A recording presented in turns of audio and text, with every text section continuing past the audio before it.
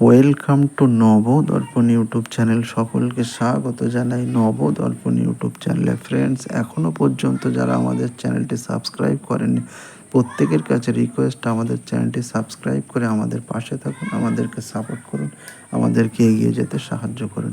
Friends, আজকে আলোচনা করব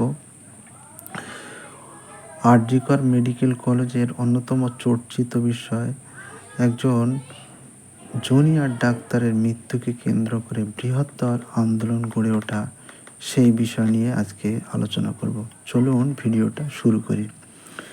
9ই আগস্ট 2024 সকাল 7:30 কলকাতার আর.জি. কর হাসপাতালের সেমিনার রুমে একটা মেয়ের মৃতদেহ পাওয়া যায়।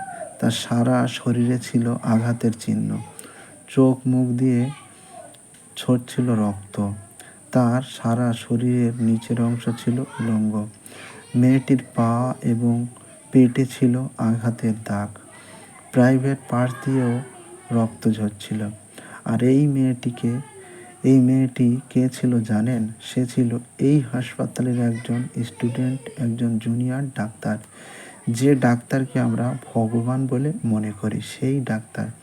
এটুকু শুনে একজন মূর্খও বলতে পারবে এটি স্বাভাবিক মৃত্যু নয়, আত্মহত্যা তো নয়, কারণ যে অবস্থায় মেয়েটির মৃতদেহ পাওয়া যায় তাতে পরিষ্কার বোঝা যাচ্ছিল তার উপর অমানবিক অত্যাচার করে তাকে খুন করা হয়েছে। কিন্তু হাসপাতালের পক্ষ থেকে তার বাড়ির লোককে বলা হয় তাদের মেয়ে আত্মহত্যা করেছে। 9ই আগস্ট গভীর রাত, আমাদের এক দিদি, আমাদের এক বোন জীবন বাঁচাতে লড়াই করছিলেন। তিনি প্রতিদিন লড়াই করেন, তবে রোগীর জীবন বাঁচাতে। কিন্তু আজকের লড়াইটা ছিল তার নিজের। সে আপ্রাণ চেষ্টা করেছিল নিজেকে বাঁচাতে, কিন্তু পারেনি। হিংস্র জন্তুর শিকার হয়েছিল সে। কলকাতার নামকরা হাসপাতাল আর.জি. কর, সেখানে 31 বছর বয়সী পোস্ট গ্রাজুয়েট স্টুডেন্ট জুনিয়র ডাক্তার অভয়া বৃহস্পতিবার তার 36 ঘন্টা ডিউটির পর রাত 12টায় অভয়া আর.জি. কর মেডিকেল কলেজে সেমিনার রুমে যান। সেখানে তার সাথে তার বন্ধুরাও ছিল, যাদের সেদিন হাসপাতালে তাদের নাইট ডিউটি ছিল। রাতে অনলাইনে খাবার অর্ডার করে খাওয়া দাওয়াও করে।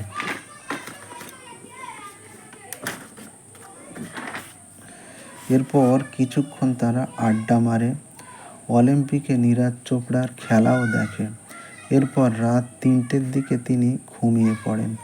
পরদিন সকাল 7:30টায় একটা নীল ম্যাট্রেসের উপর তার মৃতদেহ পাওয়া যায়। প্রাথমিক তদন্তে জানা যায় ভোর 3টে থেকে সকাল 6টার মধ্যে তার মৃত্যু হয়। শুরুর দিকে পুলিশ একদম তদন্তে জোর দেয়নি। তখন শুরু হয় সারা রাজ্য জুড়ে আন্দোলন। শেষে এক প্রকার তড়িঘড়ি করে কলকাতা পুলিশ তদন্ত শুরু করে। একজন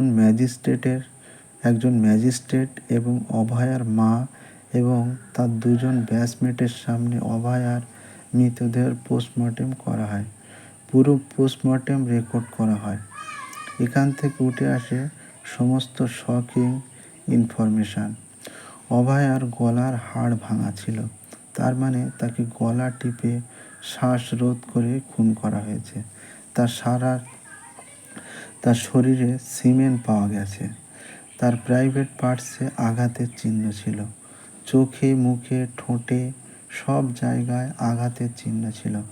তার গোড়ালি ছিল ভাঙা। এখনো পর্যন্ত সঞ্জয় রায় নামে এক সিভিক ভলেন্টিয়ারকে গ্রেপ্তার করা হয়েছে।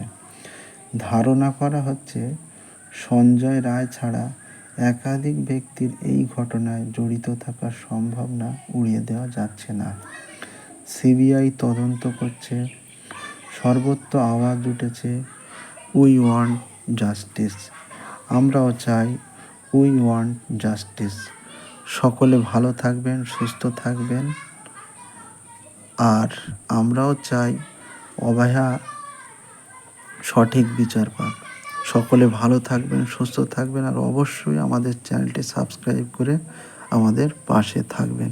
Thank you. Thank you for watching.